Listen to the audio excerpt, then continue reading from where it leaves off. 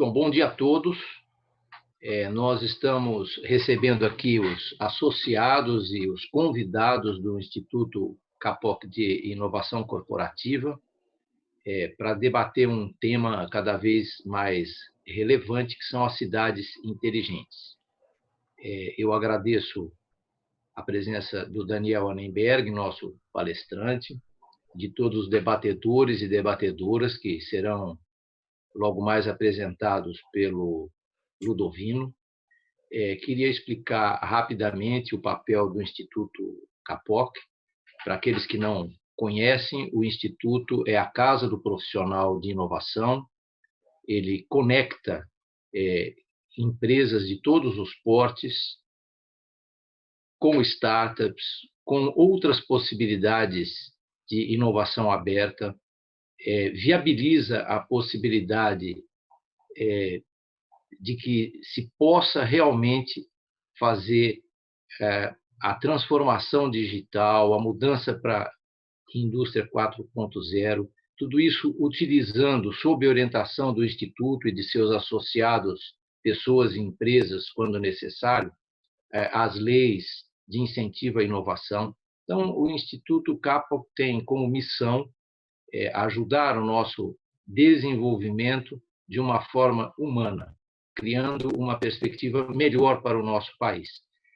Nós costumamos ser muito precisos no tempo nas nossas mesas inovadoras. Começamos no horário e terminamos rigorosamente às 10h30.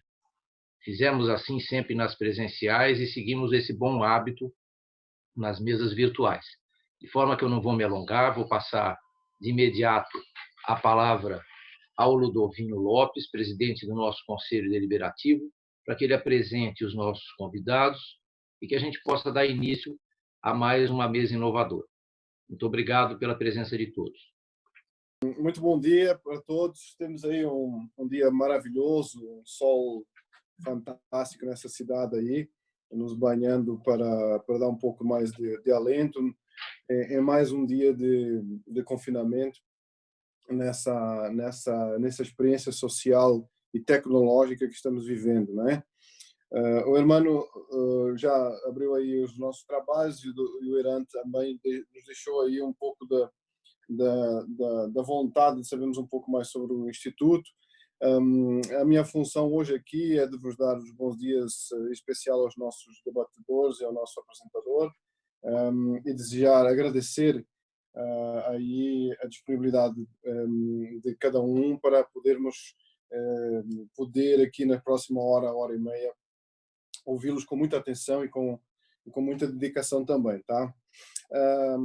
Esse tema que temos hoje para debater é realmente talvez um dos mais importantes. Ele já era um dos temas mais importantes que certamente poderíamos ter nas nossas agendas. Ele se tornou cada vez mais premente.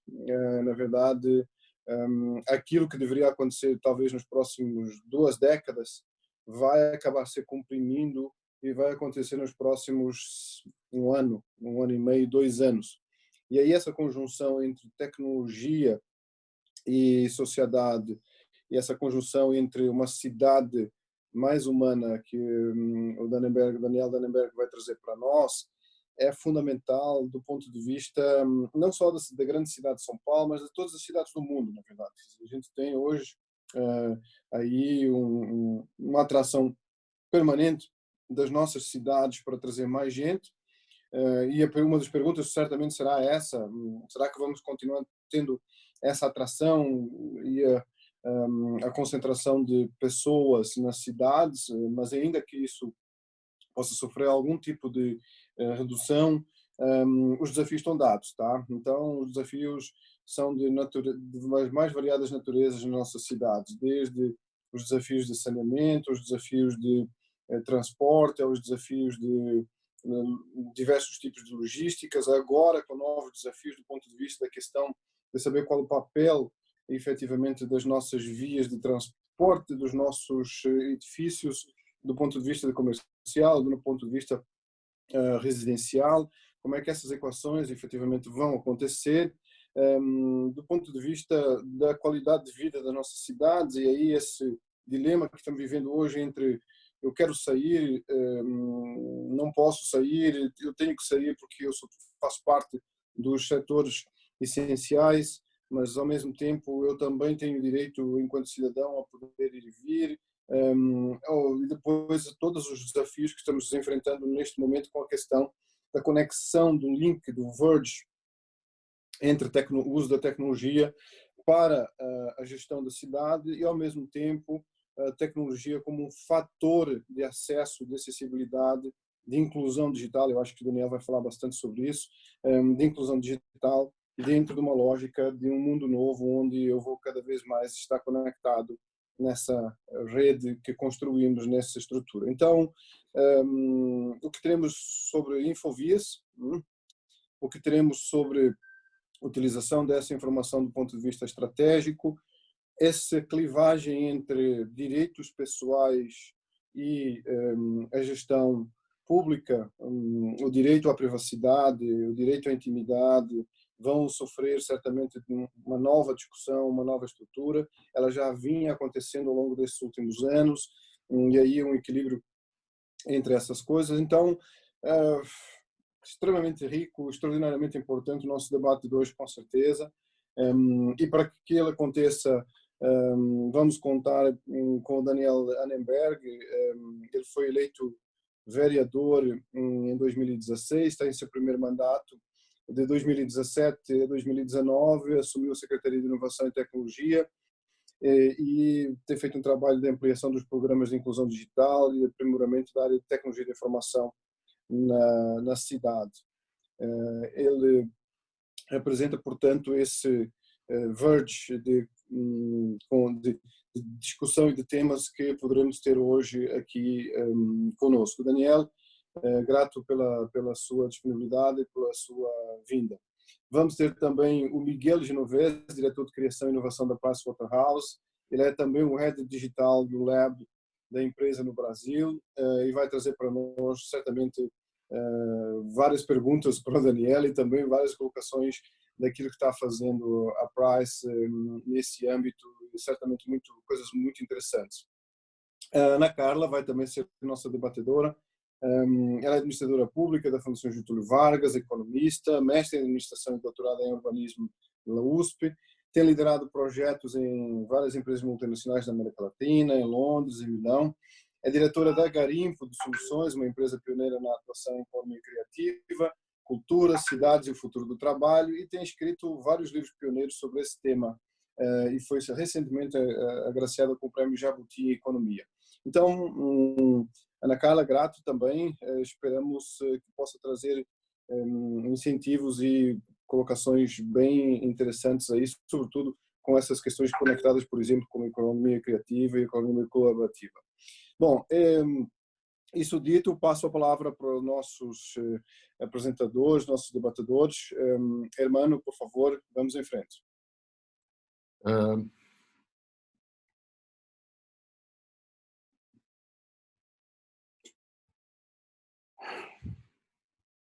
Eu gostaria só de fazer uma última lembrança antes de passar a palavra para o Daniel. Nós vamos fazer perguntas ao final e, para fazer as perguntas durante a apresentação do Daniel, vocês, por favor, usem o chat, nós estaremos recolhendo essas perguntas e, em seguida, apresentaremos para o Daniel. No momento de abertura para perguntas, todo mundo que quiser fazer uma pergunta, por favor, tem um lugar que depois a gente explica no chat, que você levanta a mão, nós vamos abrir a palavra para essa pessoa e vamos pedir para que ela abra o vídeo também, para que, em vez de ser aquele formato do webinar do Zoom, a gente tenha uma reunião mais de papo, mais de debate, mais de conversa, como eram os nossos eventos presenciais do Instituto Capoc, e a gente está tentando aqui fazer com que o digital espelhe essa solução. Daniel, eu acredito que tua apresentação já está no ar. Você pode me pedir aqui, e não o meu WhatsApp, você pode pedir aqui que eu vou passando as telas para você. Obrigado. Bom, bom dia a todos e a todas. É um grande prazer estar aqui. Aliás, queria agradecer muito o convite ao meu amigo Bernardo, enfim, grande figura, e também ao Ludovino, ao Irã e ao Hermano, que já percebemos, somos todos hermanos aqui nesse dia, nesse momento. É difícil de ficarmos em casa, mas foi muito interessante a gente poder debater isso. Aliás, eu fico muito feliz de debater isso. A gente está num feriado, né? Num dia, quarta-feira, às 9h da manhã, 9h15, para que a gente possa debater um pouco uma questão que, para mim, é muito importante e acho que para boa parte da cidade de São Paulo e das grandes cidades, como o Ludovino falou, do mundo, é muito importante a construção de cidades inteligentes e humanas, principalmente, como ele reforçou, e inovadoras, né? Queria também Daniel, dar bom dia. Oi. Desculpa, por engano, eu fechei teu vídeo. Você quer, por favor, abrir? Sim, sim. Desculpa. Tá. Não tem problema. Não, eu ia falar sobre isso. A gente também está aprendendo novas tecnologias e novas formas de se relacionar, o que é muito importante. E aprender, fazer parte do aprendizado, é a gente errar algumas vezes, retomar, recomeçar. Então, eu acho que a gente precisa sempre lembrar disso, né? Ninguém acerta da primeira vez. Muitas vezes a gente precisa de várias vezes para a gente conseguir construir, inclusive, esse processo de cidades resilientes, inteligentes, humanas. Queria só também dar bom dia para o Miguel, vai ser um dos debatedores, e para minha grande amiga Ana Carla, que eu chamo de Cainha, já a gente se formou junto na GV, fez vários grupos de trabalho, uma ótima profissional, uma mulher extremamente inteligente e que conhece tudo de economia criativa.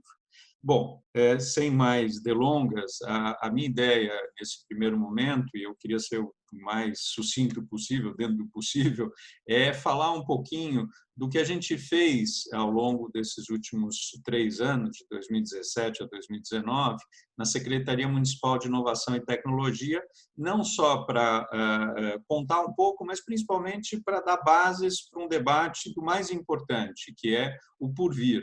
É o que a gente precisa fazer, que ainda tem muita coisa para ser feito, para que a gente, de fato, alcance uma cidade cada vez mais inteligente, mais humana, com mais qualidade de vida. E dizer, começando, que a Secretaria Municipal de Inovação e Tecnologia já foi um grande avanço que a gente conseguiu, pois não existia essa secretaria até 2017, e em poucas prefeituras do Brasil ainda se tem uma preocupação grande com inovação e com tecnologia. Isso é uma questão importante, porque, em geral, as empresas de tecnologia públicas, mesmo as discussões relacionadas a esse assunto, estão embaixo de outras secretarias, Secretaria de Gestão, Secretaria de Serviços e Secretaria de Governo. Nem sempre se tem uma preocupação. Então, a criação de uma secretaria espelha uma preocupação importante para a cidade de São Paulo da questão da inovação e tecnologia. E eu lembro bem, no final de 2016, quando se reuniram boa parte dos secretários, toda vez que se falava de algum projeto, seja na Secretaria de Educação, de Saúde, de Mobilidade e Transporte, todo mundo olhava para mim e dizia, mas isso tem tudo a ver com inovação e tecnologia. E todo mundo falava, olha, Daniel, você vai ter muito trabalho, porque perpassa, né, hoje em dia, quase todos os serviços das secretarias, né, os processos, as transformações das secretarias passam por inovação, passam por tecnologia e passam por melhoria no atendimento ao cidadão. Então, é um pouco isso que a gente vai discutir aqui, um pouco com o lado teórico, mas muito com dados práticos do que a gente fez e do que ainda falta fazer. Como eu falei, tem muita coisa para isso.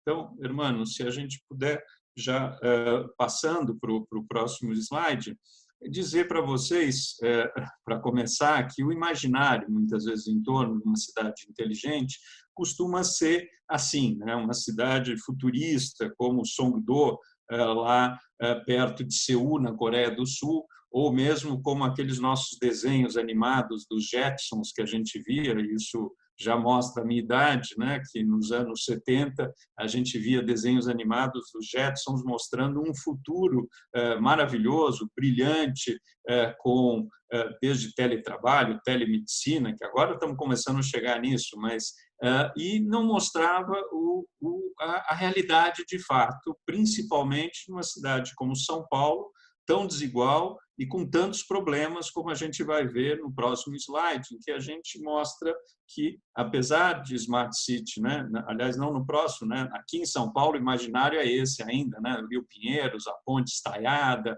né, e o que a gente, na verdade, vê em São Paulo, em boa parte da cidade, é o próximo slide, em que a gente vê, na verdade, uma cidade que não é simples, né? Hermano, se puder, pode passar o próximo também, e mostra uma cidade, por exemplo, o bairro de Olaria, na Zona Oeste, em que a gente tem muitas comunidades que têm coisas importantíssimas, interessantíssimas, mas tem muitas carências e a gente vai precisar discutir isso, principalmente num tempo como o nosso, de pandemia, em que a gente tem que ficar em casa e essas carências afloram ainda mais. Pode passar o próximo, por favor? Bom, como a gente se posiciona nessa questão de cidades inteligentes, né? Também pode passar o próximo, irmão, por favor.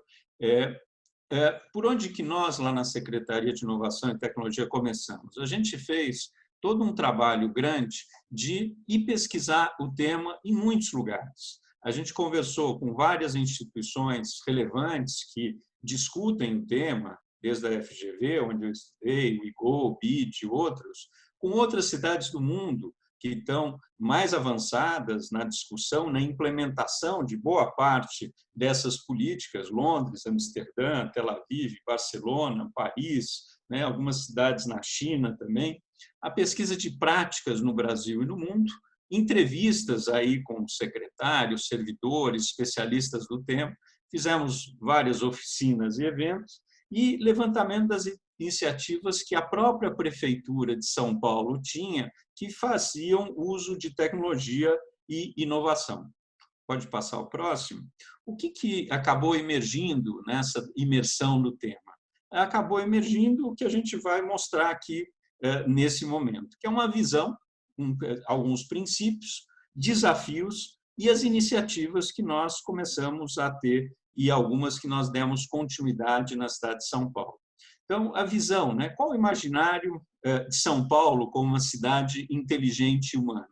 Né? Os princípios, quais princípios que guiam o governo, né? E aí governo municipal, mas estamos falando também importante dos governos estaduais e governo federal, no uso de tecnologias, né? Que é muito importante.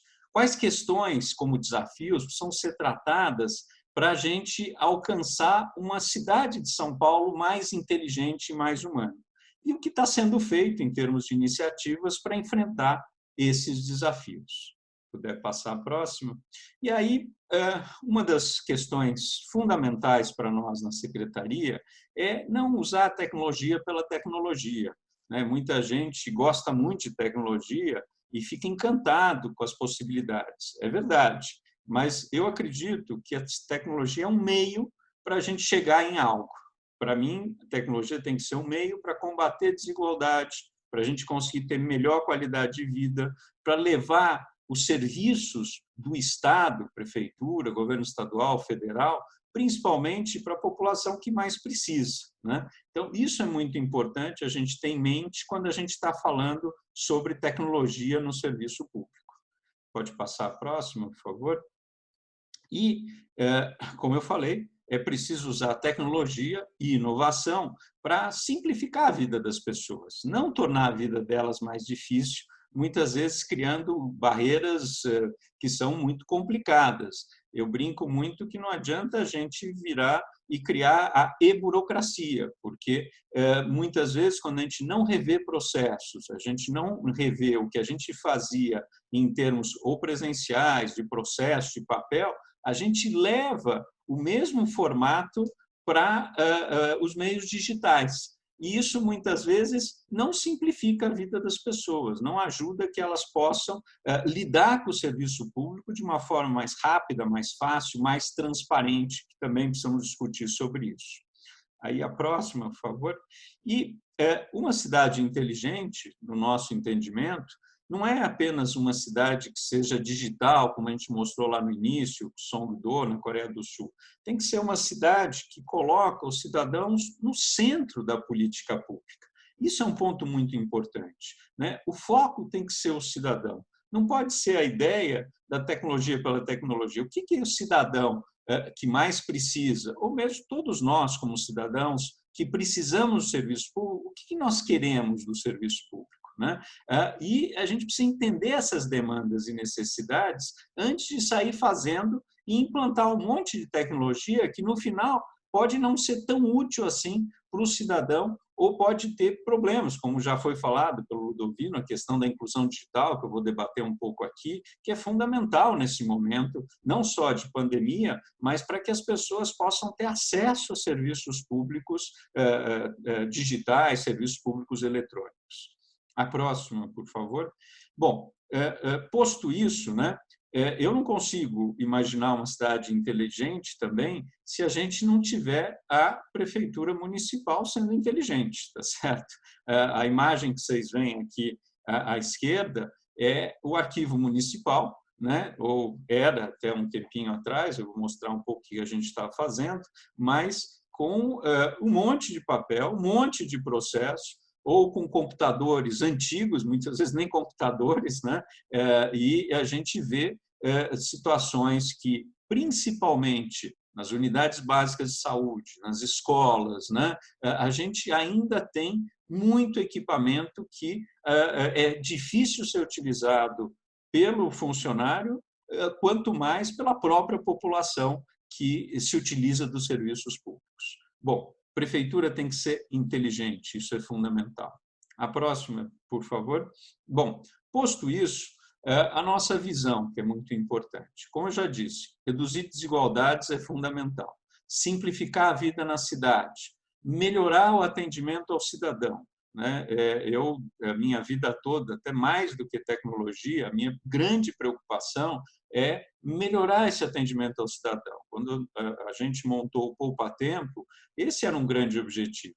Né? E naquela época, inclusive 97, 96, a ideia era o seguinte: não importa se a gente tem ou não tecnologia, como o cidadão é atendido mais rapidamente, de forma igual, transparente para todos os cidadãos, né? E transformar a gestão da prefeitura, né? Usando tecnologias e inovações como habilitadores. E aí a gente tem uma visão que, para nós, a São Paulo Inteligente e Humana, transforma a gestão da prefeitura e o atendimento ao cidadão usando tecnologia e inovação como habilitadores, como ferramentas para reduzir desigualdades e deixar a vida na cidade mais simples, mais rápida, mais fácil, mais transparente. Vou passar a próxima. Bom, posta essa visão, quais são os princípios para nós no uso de tecnologias? E foi isso que a gente seguiu muito na Secretaria de Inovação e Tecnologia. Para nós, a questão, muita gente sempre, enquanto eu estive lá, praticamente toda semana alguém oferecia, mas tem um aplicativo maravilhoso que vai resolver todos os problemas, tá certo?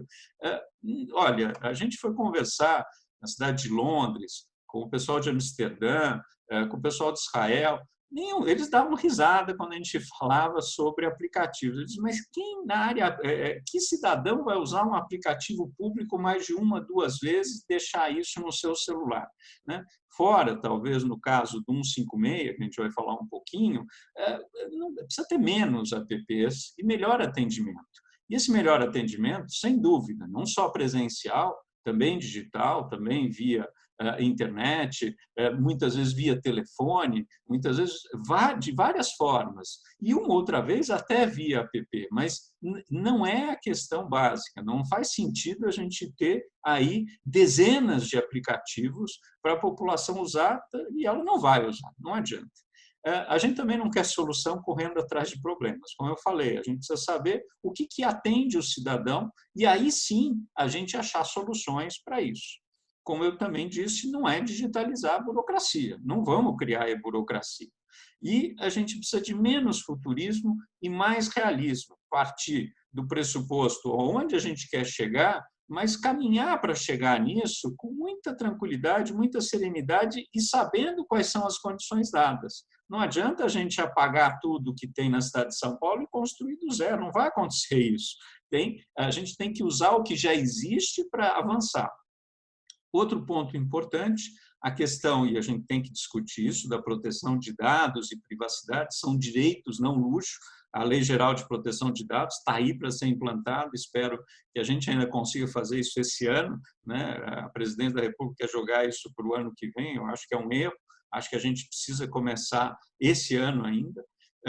A tecnologia tem que ser interoperável, sempre, e sempre que possível, aberta, né? Aliás, uma coisa muito importante, que a gente também vai discutir um pouco com o exemplo do MobLab, que foi feito na gestão anterior à nossa e a gente deu continuidade, é a questão dos dados abertos. Um dos grandes, enfim, inputs e um dos grandes, o que mais a prefeitura tem é dado.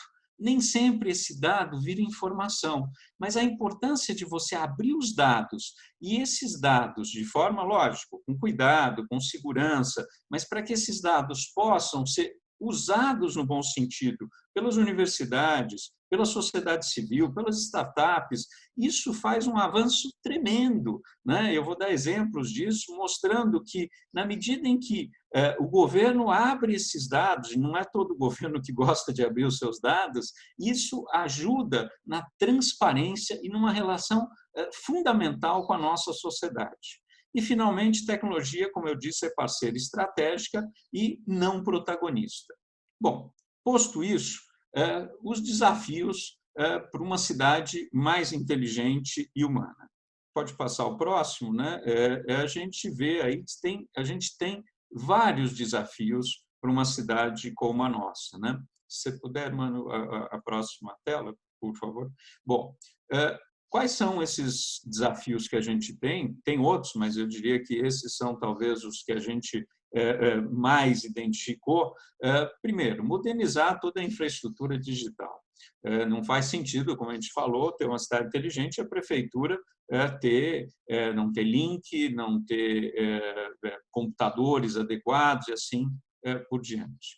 Aproximar a prefeitura das pessoas é outro ponto importantíssimo. Muita gente tem um tremendo pavor de tentar realizar serviços públicos, e não importa se é municipal, estadual ou federal. E outra vez, eu vou ter que ir lá renovar, e vai ser difícil, não quero, né? Então, dá coceira em muita gente, fica desesperada, né? Promover a inclusão digital. É outro ponto que a gente precisa discutir. Não faz sentido, a gente já tem uma sociedade tão desigual. Se você tem exclusão digital, isso aumenta ainda mais a desigualdade, ainda mais nesses tempos em que a gente está ficando muito em casa. Nós, da classe média, as pessoas que têm mais recursos, nós temos condições que os nossos filhos, com um bom computador, com um bom link, internet, consigam assistir aulas de casa. E o pessoal na periferia? E o pessoal que está, as crianças longe de escola, eles têm isso? Né? É uma questão fundamental, porque isso aumenta ainda mais o desnível entre o aprendizado.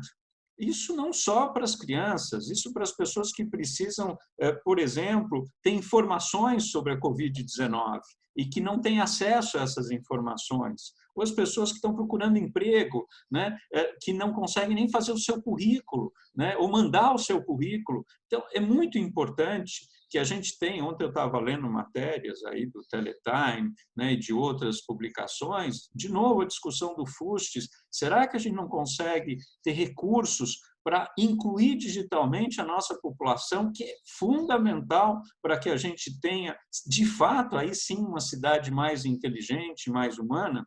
Enfim, essa é uma discussão importantíssima que precisa ser feita. Racionalizar e integrar soluções tecnológicas. Outro ponto importante, né? Infelizmente, a área pública brasileira, a gente trabalha em silos, em guetos, né? A gente vê isso, o cidadão tem que dar 10 vezes a mesma informação para o poder público. Eu estava vendo o vídeo da Estônia, né, que é um dos países mais digitais, tem uma vez que ele dá a informação e pronto.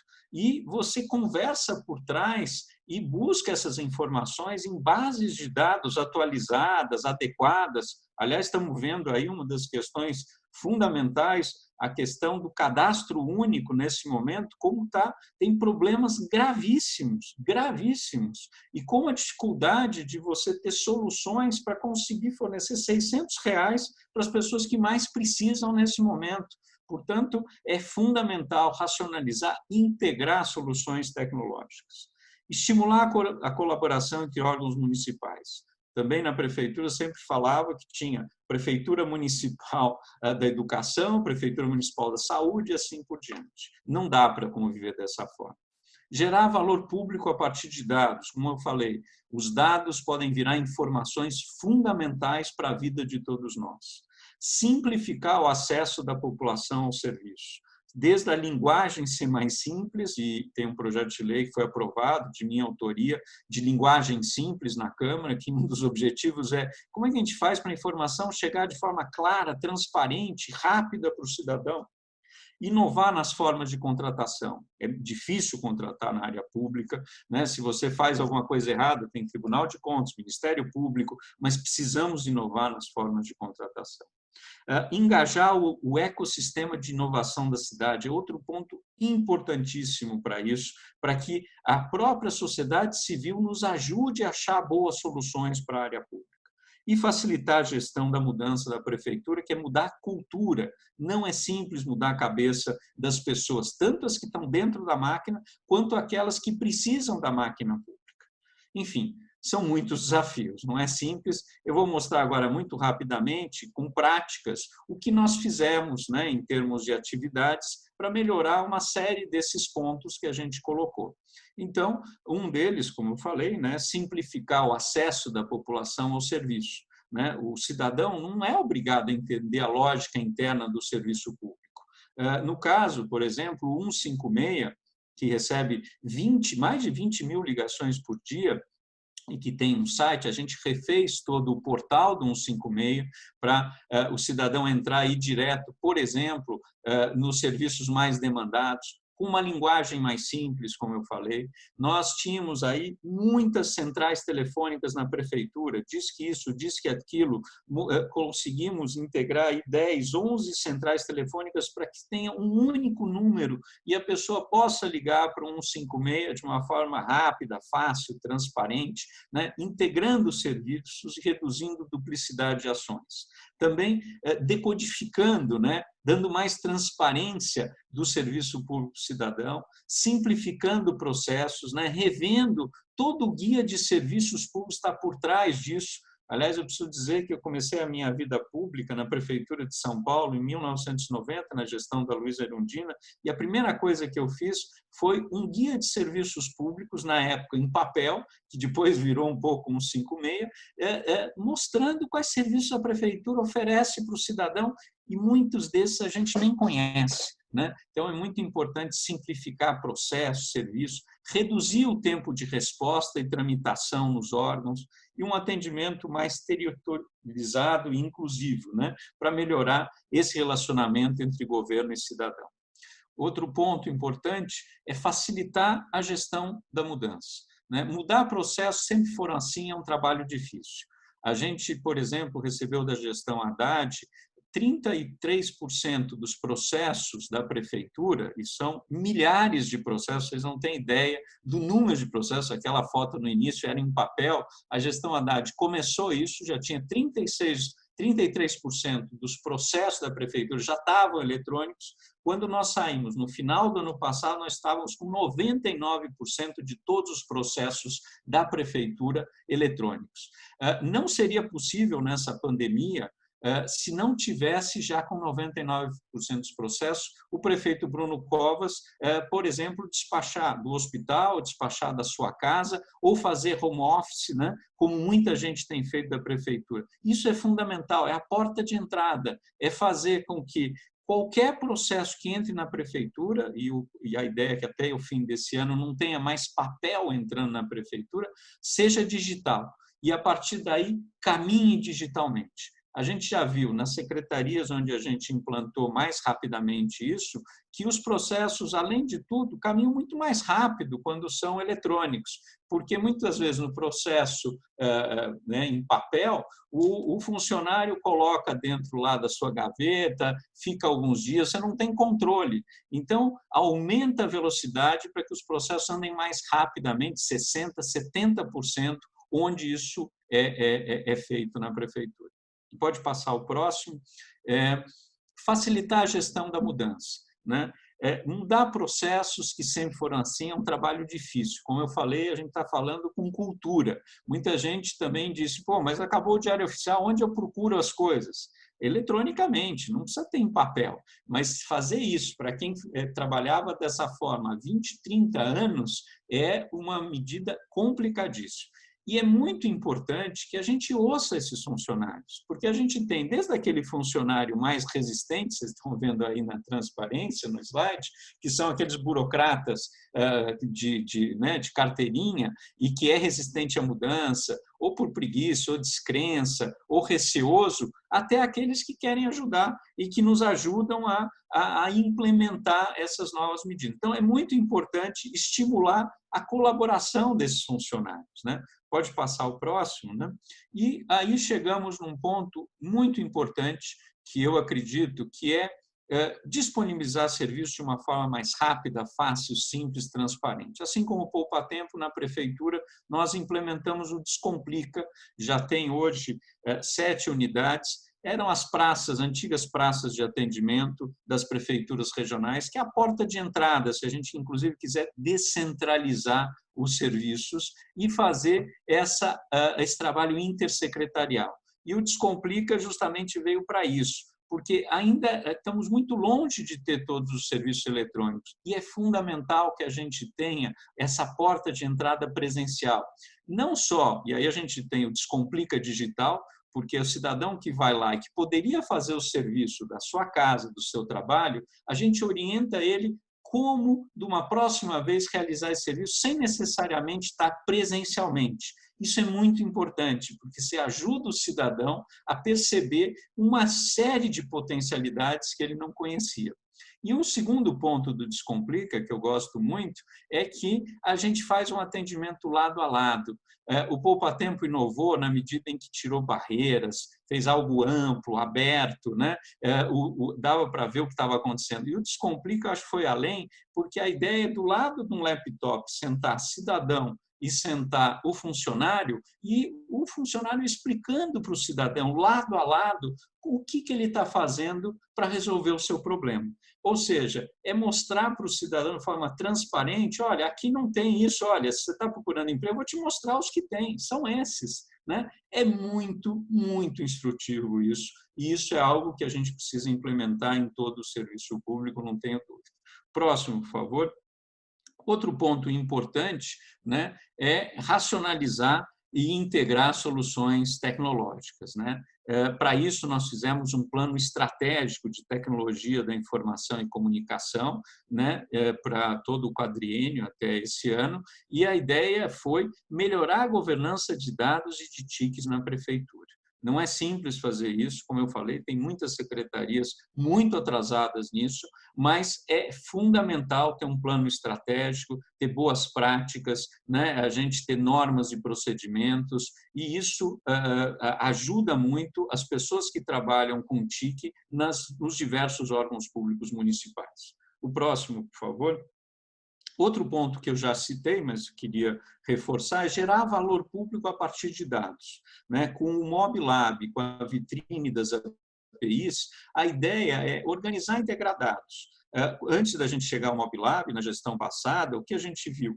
O MobLab, que era primeiro, né, só para os dados de mobilidade, mas a gente começou a abrir para outras secretarias, por exemplo, abrir os dados dos ônibus da cidade de São Paulo. São dados que a prefeitura tem, e abrindo esses dados, uma startup foi lá e disse, olha, com isso dá para fazer com que a gente possa, aí sim, ter um aplicativo para o cidadão saber cadê o ônibus, tá certo? Em quanto tempo o ônibus vai chegar no ponto que eu estou? Isso é um envolvimento com a sociedade civil, permite que a gente saiba, por exemplo, hoje tem programas na internet, onde que tem as vagas para as pessoas idosas e deficientes da cidade de São Paulo. E tantos outros dados. É interessantíssimo a capacidade que a gente tem, envolvendo a sociedade civil, startups, universidades, de criar soluções que nem sempre o poder público conseguia fazer de forma rápida, prática. E isso é muito importante, porque também dá uma transparência total à relação entre poder público municipal e a população. A próxima, por favor. Outro ponto importante é engajar o ecossistema de inovação da cidade. A gente fez um primeiro desafio de residência maker, que era de problemas complexos na saúde, também abrindo dados, envolvendo, engajando a população, promovendo inovação aberta para resolver problemas públicos. Aí talvez a Cainha possa depois, ela tem muito mais experiência que eu nessa questão, contar um pouquinho e debater como isso é fundamental para a gente, de fato, achar soluções para a cidade, para a população, mas isso também para nós é fundamental.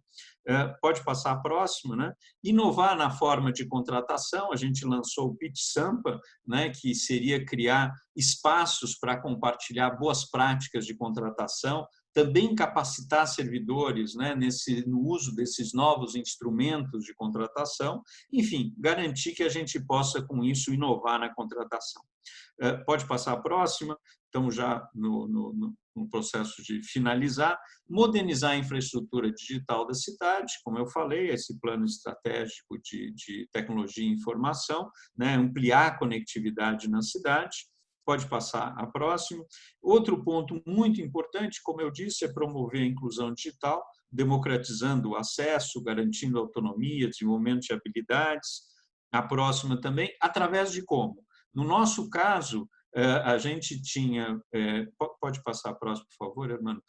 No caso da prefeitura, eram 131 telecentros, a gente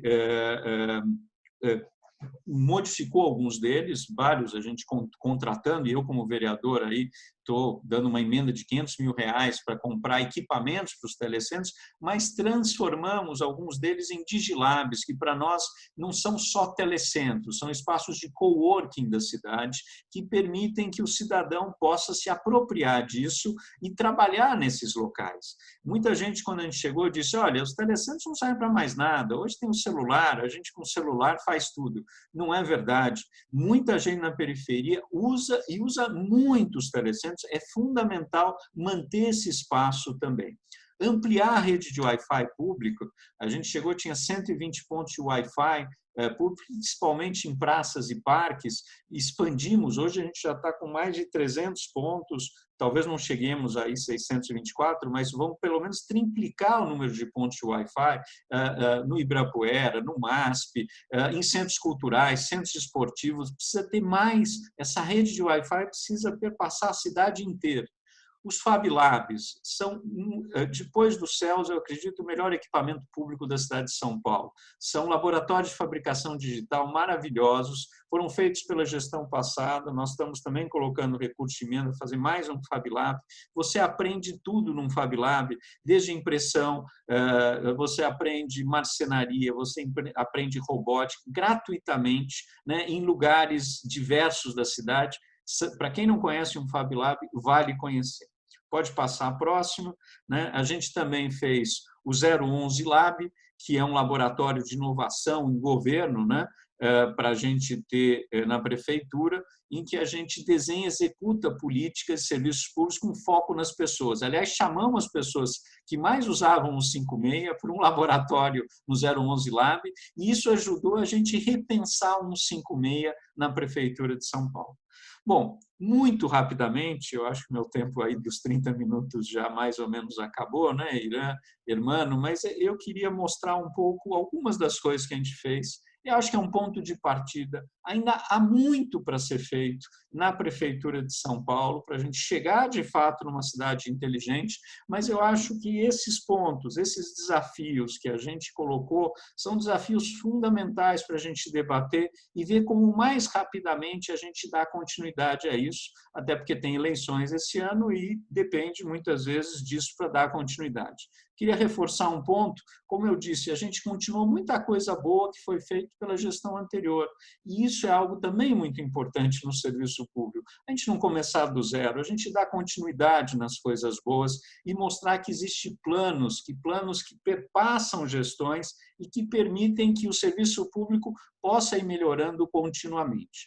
Não é fácil, porque você tem que mudar a cultura das pessoas, tem que mudar valores, mas eu acredito ainda muito que o serviço público brasileiro pode ter um padrão de atendimento nos moldes do poupa-tempo, nos moldes do Descomplica, por exemplo, para a saúde e para outros órgãos.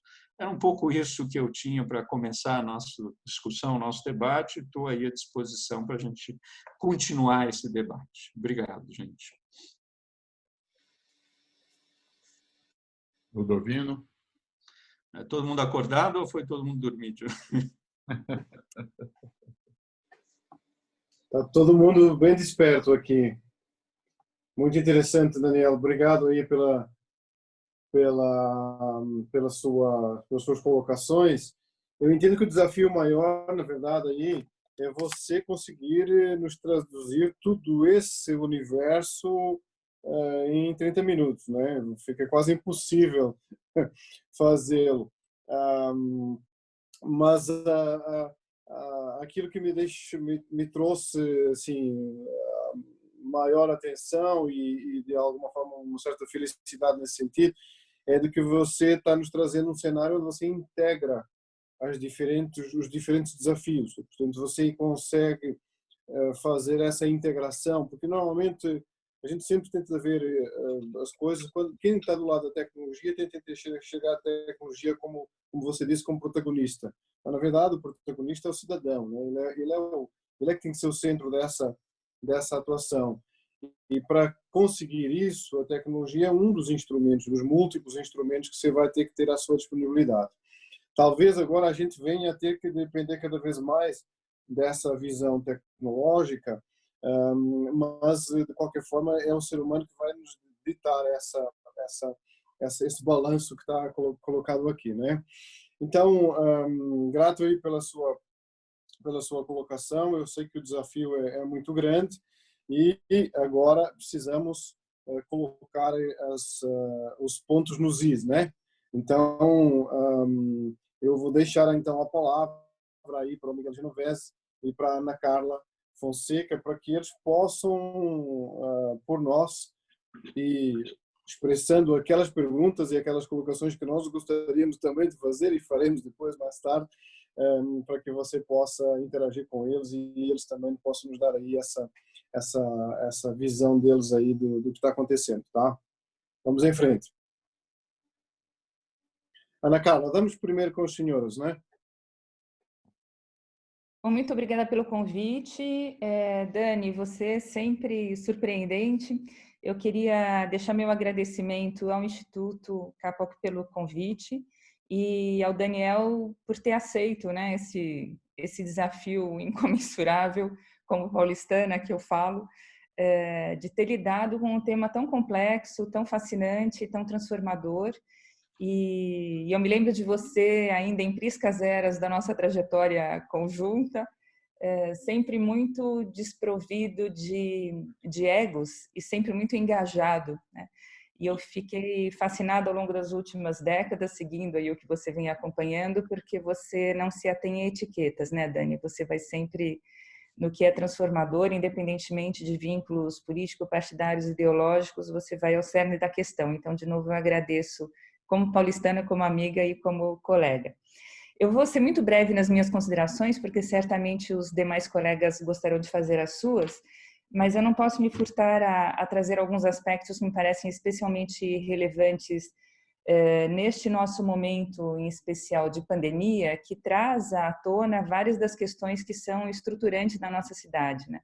Há muitos anos já me parece que fizemos as pazes com a ideia de que a cidade de São Paulo é profundamente inovadora, não só do ponto de vista de suas propostas de negócios, mas também das inovações sociais. E esse falso paradoxo entre uma cidade humana e uma cidade inteligente, me parece que finalmente vem convergindo para que nós possamos finalmente aproveitar essa inteligência coletiva do cidadão em benefício da cidade. Nos últimos anos, me parece que a cidade tem se aproximado dessas questões, tem se valido de soluções que são encontradas pelo cidadão. Gostei muito da foto que o Dani colocou, me parece que do Rios e Ruas, do cidadão se posicionar na cidade, né? Quer dizer, ele entender o que é esse ecossistema e, a partir dessas informações, desses dados, portanto, informações, portanto, conhecimento que podem ser gerados pelo cidadão, a própria prefeitura desenvolver novas formas de conexão.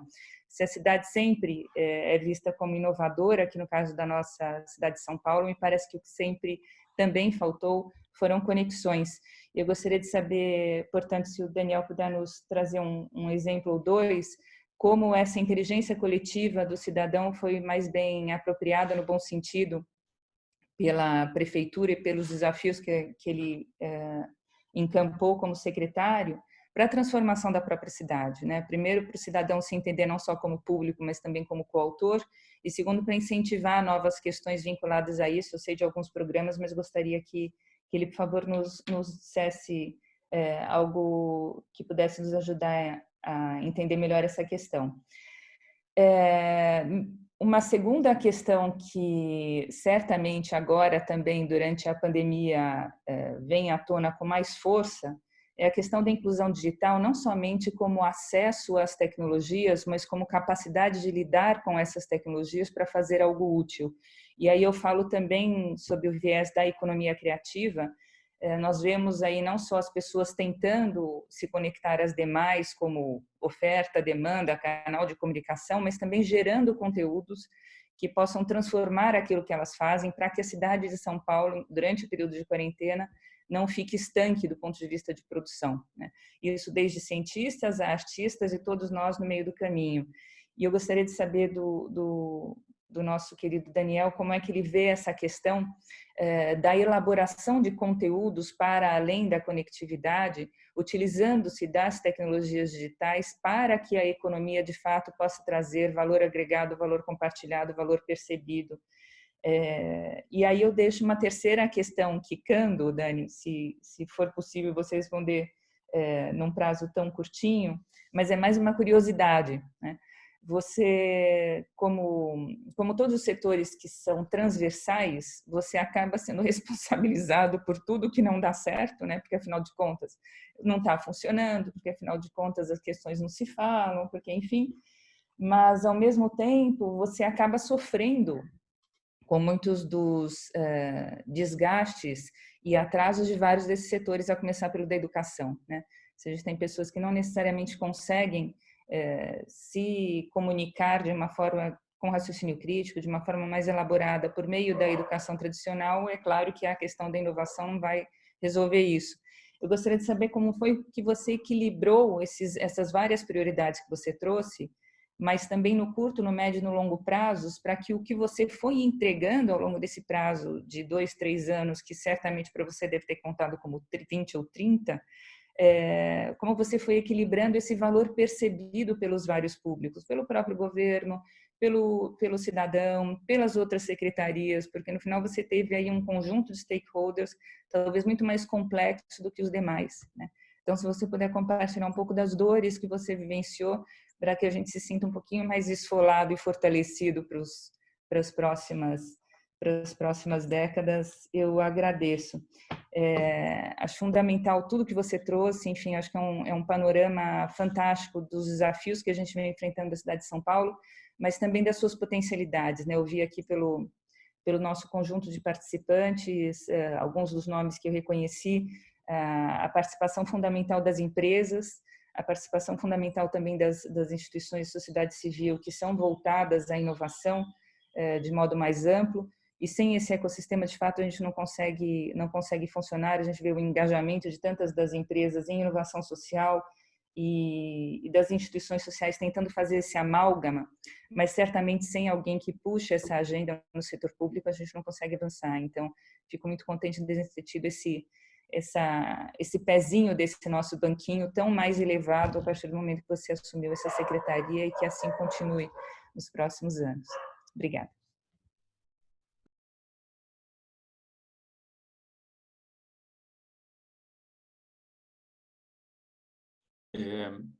respondo as primeiras, espero depois. Acho que tem bastante coisa já para discutir. Se eu puder já ir falando um pouquinho, acho que era bom. Aí o Miguel depois complementa. Pode ser? Por favor. Então, começar pelo final, Caim. Obrigado. Questões extremamente boas, inteligentes, ótimas para a gente debater. A questão dos setores transversais, né? E uma das principais questões que perpassou a nossa discussão é que, assim, quando a gente viu que quase tudo era tecnologia e tinha a ver com inovação, a gente falou, a secretaria não vai dar conta de tudo isso. E a gente precisa pensar em grandes princípios, ter uma visão e fazer com que cada secretaria caminhe também, não perdendo a perspectiva de que isso tem que estar integrado, tem que estar pensado de uma forma mais global. E aí um dos pontos que eu passei muito rapidamente, que eu acredito muito, que eu acho que a gente precisa cada vez mais fazer na cidade de São Paulo, é descentralizar. Eu acho que uma das coisas, são múltiplas as cidades que a gente tem aqui. E desde a época que eu trabalhei com a Luísa Erundina, depois com o Mário Covas, não existe uma cidade, nenhuma cidade grande do mundo, a gente vê Londres, Paris, Nova York, enfim, outras cidades, que são gigantescas, elas têm culturas específicas, têm realidades específicas, têm questões específicas. O bairro de Pinheiros é totalmente diferente da cidade de Tiradentes e, portanto, a gente precisa ter uma linha comum, sem dúvida, mas a gente precisa, de fato, fazer com que os serviços lá na ponta funcionem e usem, inclusive, as tecnologias que existem em cada uma dessas pontas.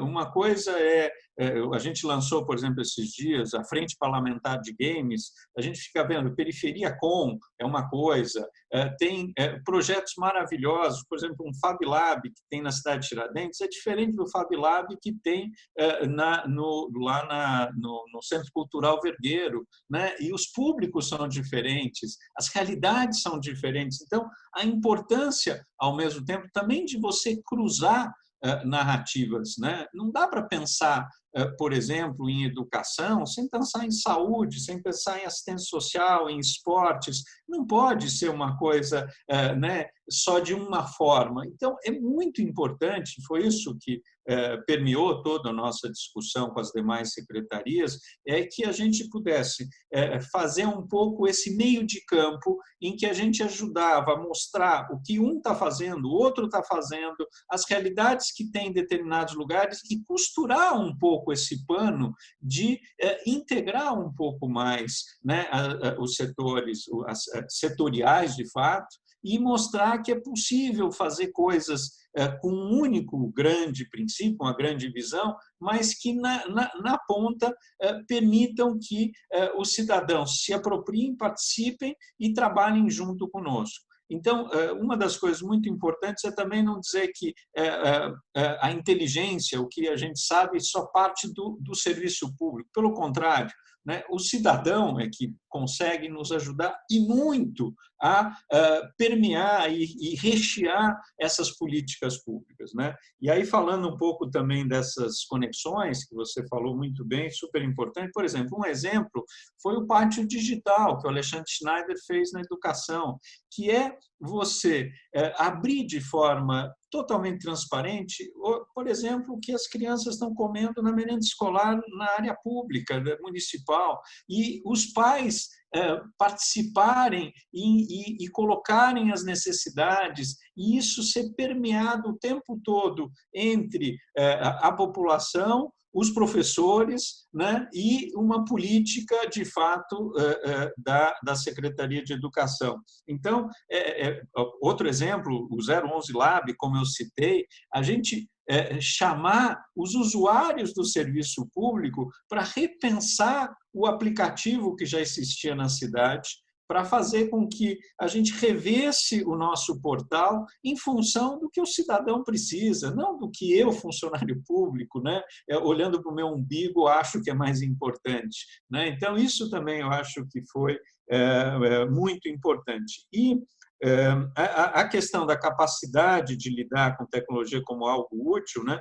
Eu acho que uma das principais questões é a transparência também, né? Eu acho que isso é uma das grandes dificuldades que o serviço público tem, tá mais transparente para a população. É fazer, e aí tem uma pergunta que eu vi da Vanessa, né? Por exemplo, agora no Covid, como é que a gente faz para ensinar as pessoas como enfrentar o coronavírus? Né? A gente precisa ter de forma clara, e aí por isso que eu falei da linguagem simples, de forma clara, transparente, objetiva, na linguagem da população. A gente tem uma mania no serviço público de falar em siglas, de falar difícil, a gente fala lockdown, a gente não sabe, são termos anglicizados. Tá? Então, como é que a gente faz para traduzir tudo isso para uma população que muitas vezes olha para a gente e diz do que ele está falando? Como é que resolve isso? Como é que eu consigo ter um vídeo, seja na TV, seja por um telefone, seja num ponto público, e que mostre para a população que, olha, é isso que está acontecendo? Né? Aliás, eu apresentei um projeto de lei na Câmara Municipal para ter um portal da Prefeitura que todos os dias a gente coloque quantos casos aumentaram, quais são as regiões, abra os dados da área da saúde para a população se sentir, inclusive, mais segura, participar. Né? Ou seja, acho que não respondi tudo, mas, de uma certa forma, falar um pouquinho sobre essas conexões, essa capacidade de lidar com a tecnologia e dos setores transversais são fundamentais. Ainda há muito para ser feito. A Prefeitura de São Paulo ainda é muito estanque em muita coisa, ainda tem enormes dificuldades de se abrir, mas a gente percebe que, aos poucos, a gente consegue fazer isso, tá certo? Então, enfim, depois a gente pode falar um pouco mais sobre vários desses pontos, mas eu acho que são importantíssimos para a gente avançar numa próxima gestão, que eu espero que dê continuidade e que avance mais ainda do que a gente já fez até agora, porque independente do partido que assuma. Né?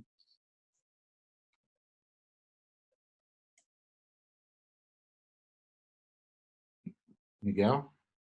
Olá, bom, prazer em encontrar, prazer em te reencontrar, Daniel. Acho que a gente teve uma oportunidade de discutir, acho que faz uns 2 anos, sobre o Fórum Mundial de Cidades que ia acontecer. A gente estava tentando fazer uma conexão da PwC com algumas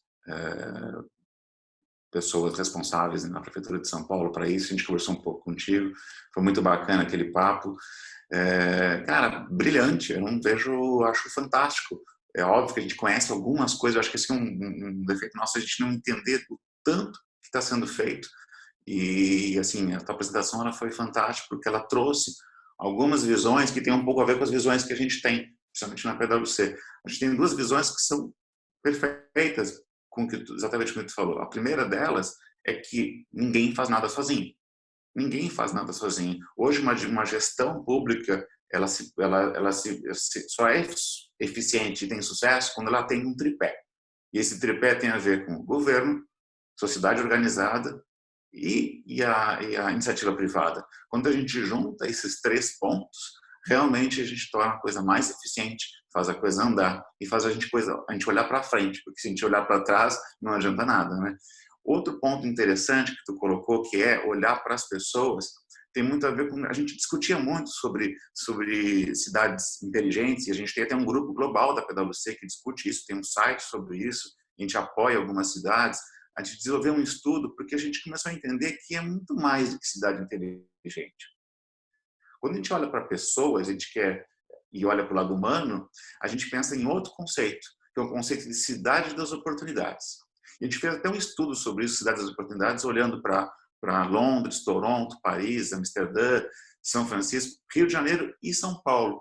E olhou para vários indicativos, né? Indicativos de energia, transporte, saúde, coleta de lixo, retenção de talentos, atração de talentos. E no Brasil, São Paulo está muito maduro. Então, assim, tudo isso que tu mostrou agora só vem a provar a maturidade de São Paulo que está. Sim, temos muita coisa para andar, tem muito mato alto para cortar, mas a gente está muito maduro. E eu acho que hoje, eu fiz um estudo há pouco tempo, tipo uma semana, sobre os ecossistemas digitais no Brasil, e São Paulo se destaca como um dos mais maduros.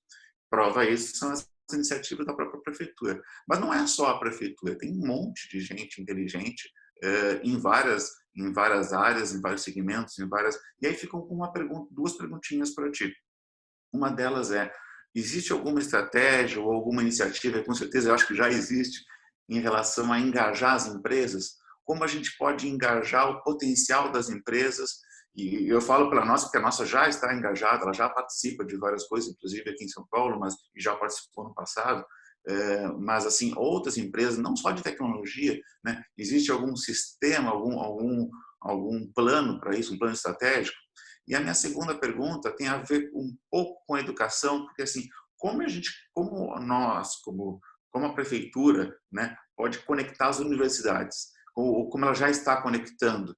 Porque a gente vê tantos talentos, eu estudo na USP, por exemplo, faço mestrado em inovação lá, e lá a gente abrir da rua do Vale do Silício, porque lá nasceram mais de 4 ou 5 unicórnios, ou seja, tem startups que faturam 1 bilhão. Então, assim, como a gente conecta e aproveita todo esse talento que está efervescente, borbulhando nas universidades, não só públicas, mas universidades particulares também, a favor da cidade, a favor do cidadão?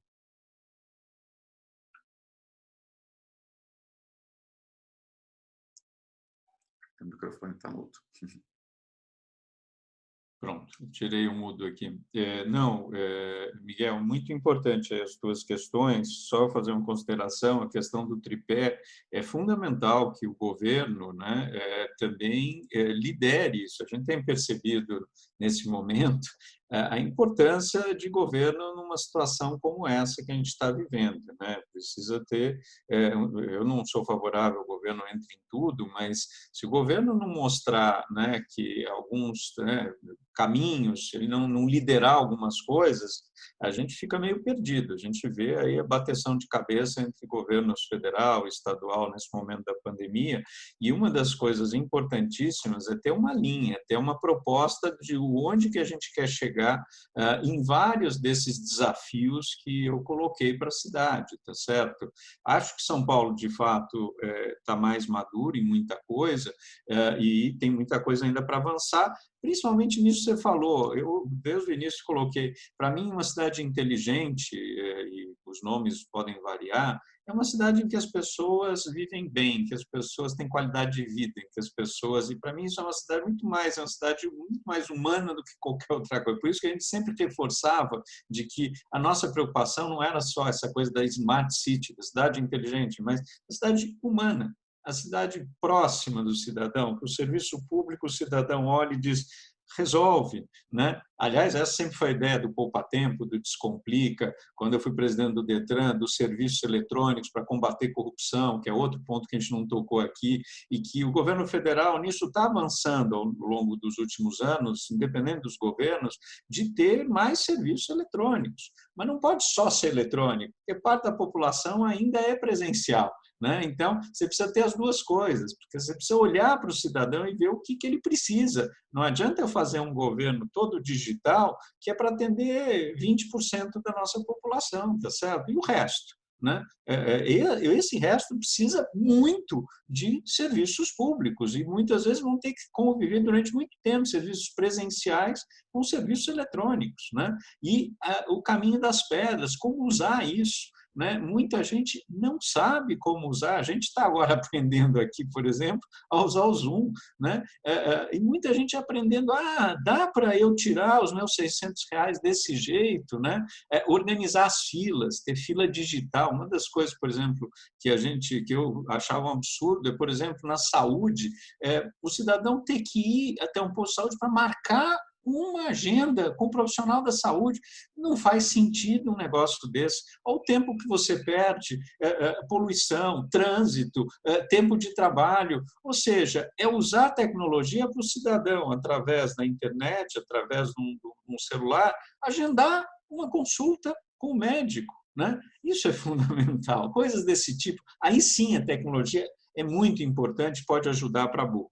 E aí, entrando nas duas perguntas, por exemplo, isso que eu citei é algo que as empresas privadas podem ajudar. E tem tantos desafios na saúde, na educação, no transporte.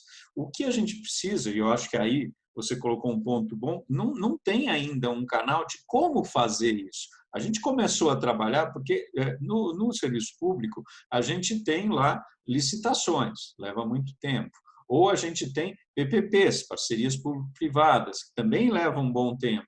E tudo isso a gente tem uma cultura, né? Tribunal de Contas, Ministério Público, segura para burro. Então, como que a gente inova na contratação dos serviços, querendo fazer coisas boas, tá certo? E não é aquela coisa, não, a gente quer algum atalho. Então, isso tudo precisa ser uma discussão que a gente tenha e ter realmente uma inter-relação com as empresas, que não pode ser, no começo da gestão do Dória, as empresas doaram, não resolve. Não é doação que resolve o problema do serviço público, porque o grande problema do serviço público não é a doação uma vez, não é a implantação do posto de saúde, é a gestão, é a manutenção disso. O grande desafio do serviço público brasileiro é como é que você faz gestão. Gestão é continuidade de políticas públicas. Não adianta eu instalar um poupa-tempo, uma escola. Isso a gente faz, qualquer um faz. Depois de 3, 5, 10 anos, para eu manter isso, tem que trocar computador, tem que recapacitar os professores, tem que pintar a escola, tem que fazer um monte de coisa. É esse trabalho de gestão, de continuidade, que a gente precisa ter em todas as áreas públicas, com gente fazendo boa gestão, né? E aí as empresas, dentro dessa perspectiva, temos que achar formas delas entrarem para ajudar com esse trabalho de gestão, com esse trabalho de manutenção, de custeio, como diz. Então, acho que ainda não tem o que você perguntou e precisamos pensar melhor isso. Em relação a conectar as universidades, também a gente estava discutindo isso, né? O Mob Lab, várias universidades nos procuraram, estavam trabalhando junto. A gente tem um laboratório de inovação pública que permita que a gente possa experimentar, possa avaliar junto e envolver o pessoal das universidades, o 011 Lab, como eu falei. E eu acho que a gente podia ter outros laboratórios trabalhando junto de universidades com o poder público e muitas vezes até laboratórios da iniciativa privada. Pode ser algo muito transformador e interessante.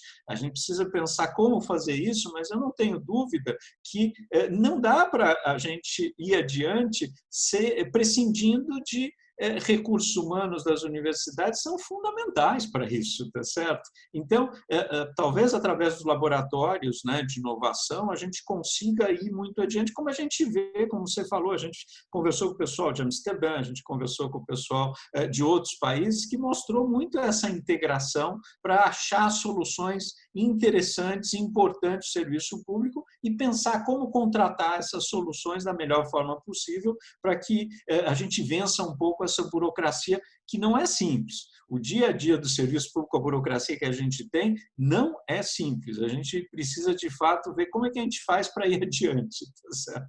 Enfim, mais ou menos nessa linha, eu acho que é importante. Perfeito, muito obrigado. Ludovino, não sei se você quer fazer alguns comentários, porque senão eu coletei algumas perguntas que estavam no chat e eu vou organizá-las para o Daniel, porque o chat está com várias coisas, fica complicado de ler. Quer usar a palavra, Ludovino, por favor?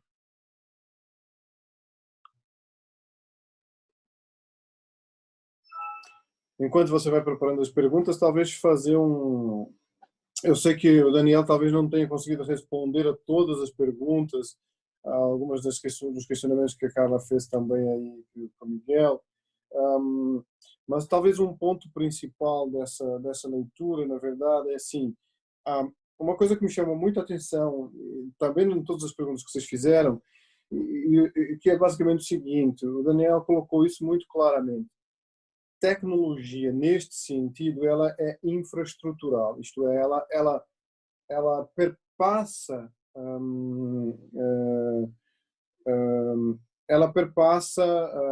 toda a lógica da construção que está sendo feita, né? Então a minha pergunta é: quais são os princípios, e você já trouxe isso para nós, e as diretrizes e os elementos que você congrega para poder efetivamente fazer isso, numa lógica de todos os desafios que uma cidade como São Paulo, como as nossas cidades, as nossas megalópolis modernas, têm trazido? Fundamentalmente dentro de uma perspectiva de tratar o valor do dado, da informação e das pessoas junto com essa informação. Qual é a equação que você acha que tem hoje e que para o futuro pode ser adotada? Câmbio.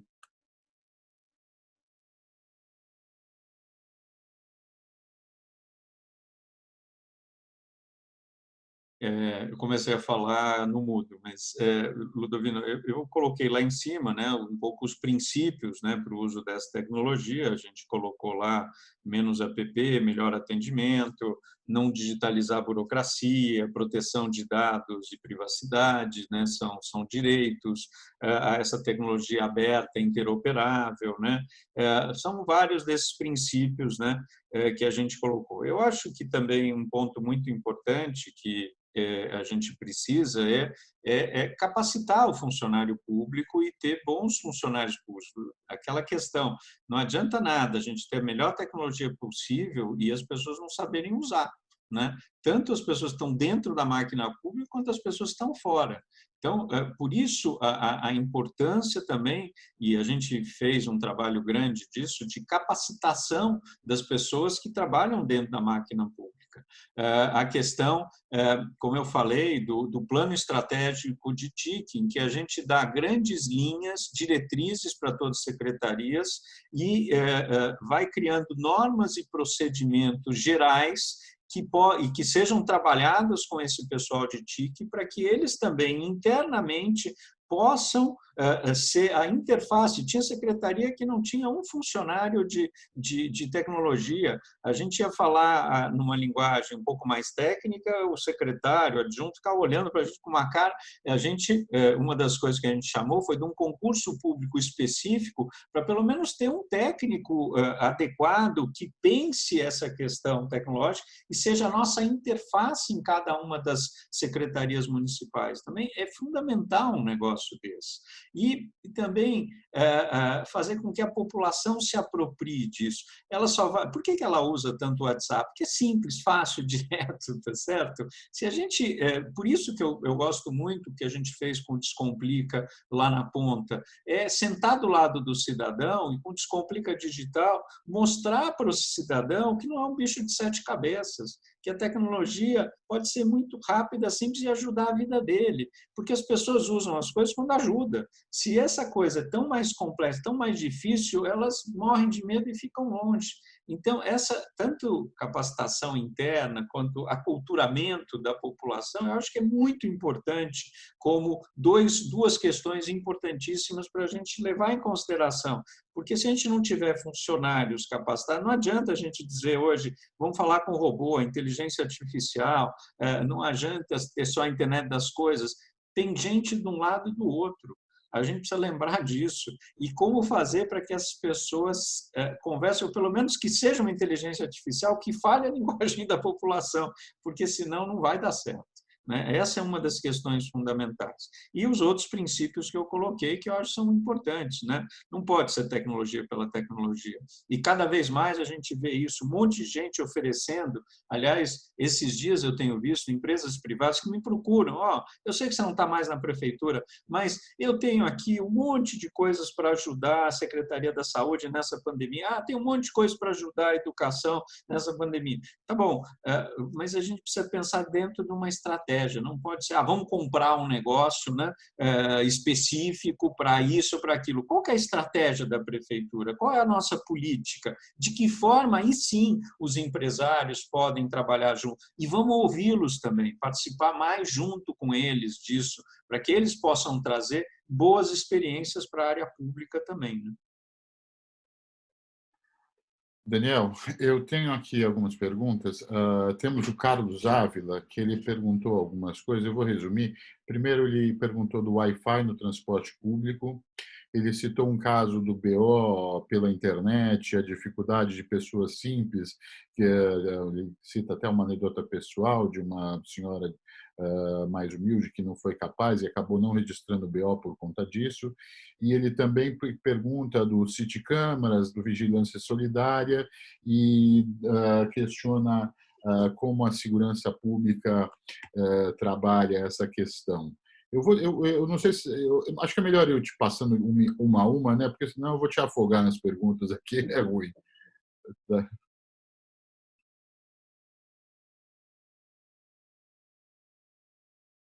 Vou deixar já aberto aqui, porque cada vez que eu fecho e abro, leva um tempinho.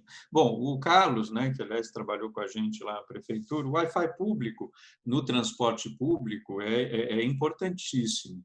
Isso foi uma definição da Secretaria de Mobilidade e Transportes, e isso, a ideia, gradativamente está sendo implementado.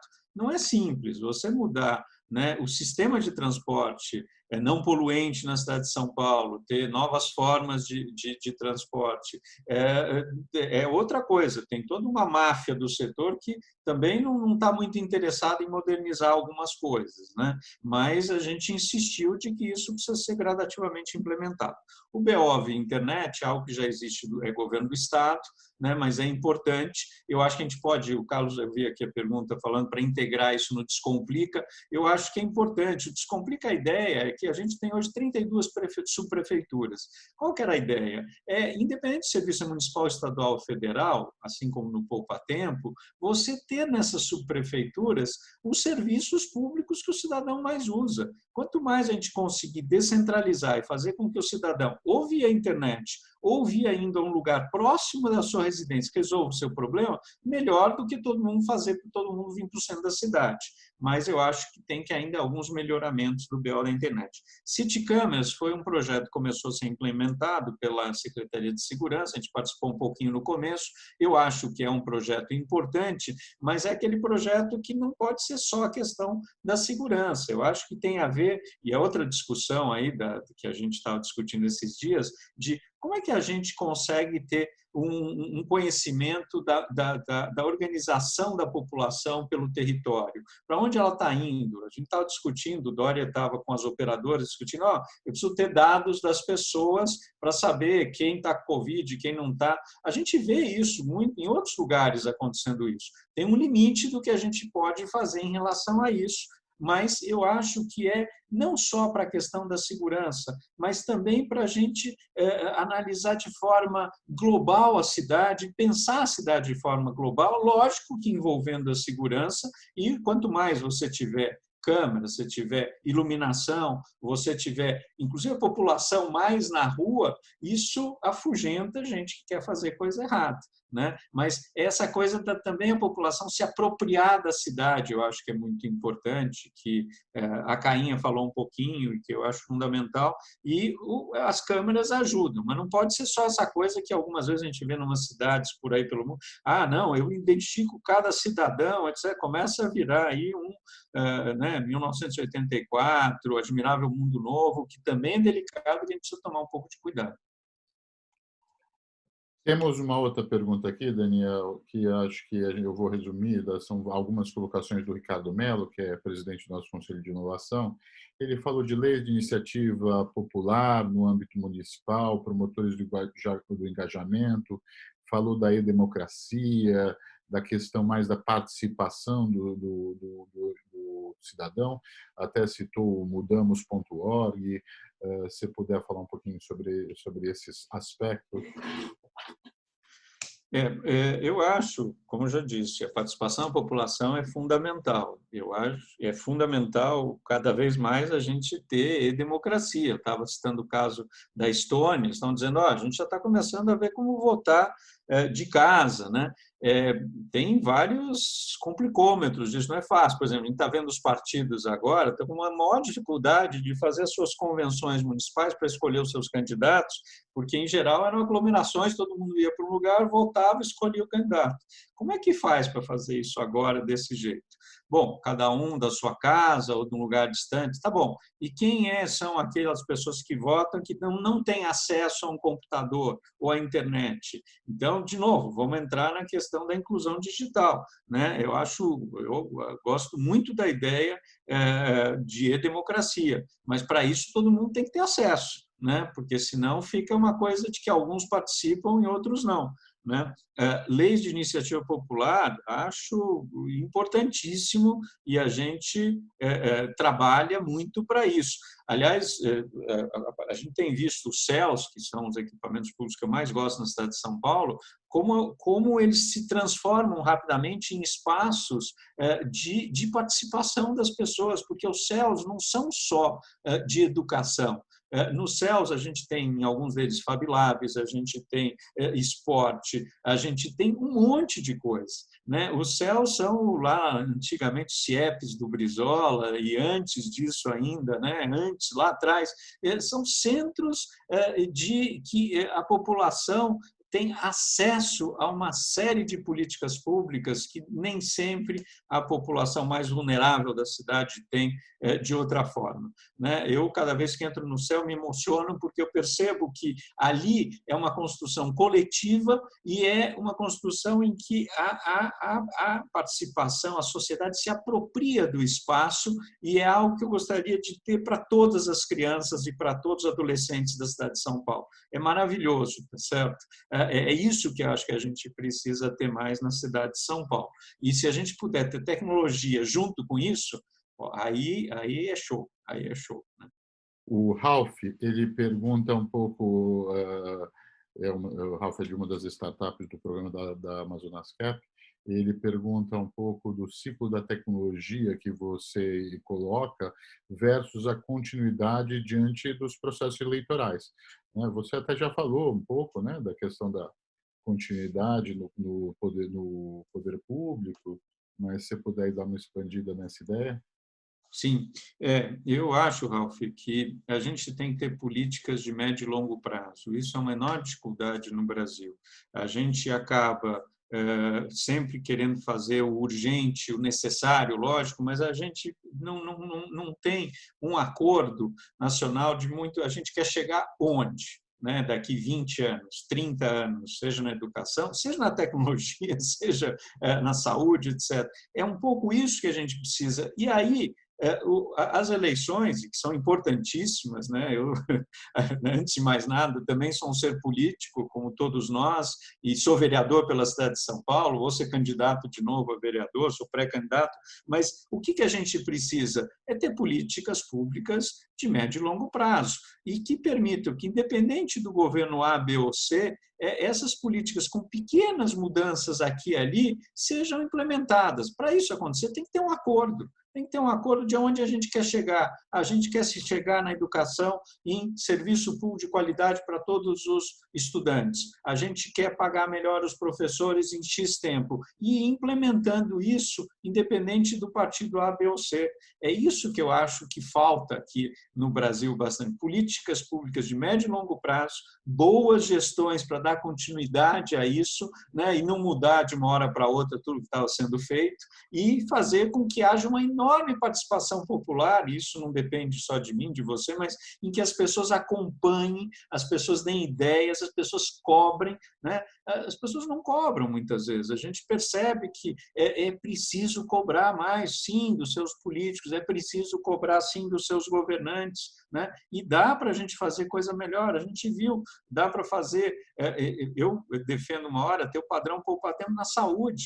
Sabe? Será que a gente não consegue, toda a tecnologia que a gente tem, os recursos que tem, a gente implementar um padrão, poupa-tempo, o nome não importa, mas qualidade de serviço? A gente já tem um SUS que é maravilhoso, que é universal no Brasil. A gente consegue ir adiante e fazer com que as pessoas sejam atendidas muito melhor do que são hoje, muito mais rapidamente? Eu acredito que sim. Temos aqui uma pergunta da Vanessa, você já respondeu a primeira do vídeo, mas ela fez uma pergunta também sobre a mudança do SEASA. Acho que mais preocupada com a central, para onde ela vai, do que com o projeto City, mas se você puder falar de ambos, acho que é um tema interessante para todos. A ideia para quem não sabe, é tirar o SEASA de onde está e ir lá ter um centro de inovação e tecnologia, tipo Vale do Silício paulistano, naquela região ali, na confluência ali das marginais, perto da USP. A ideia é interessante, não é simples, né? O SEASA está há muito tempo. Para onde que a gente vai levar o centro, o SEASA, que é esse centro de abastecimento da capital? Tem que ser para algum outro lugar. Ele está super antigo. A gente sabe lá que tem práticas, né, viciadas há muitos anos.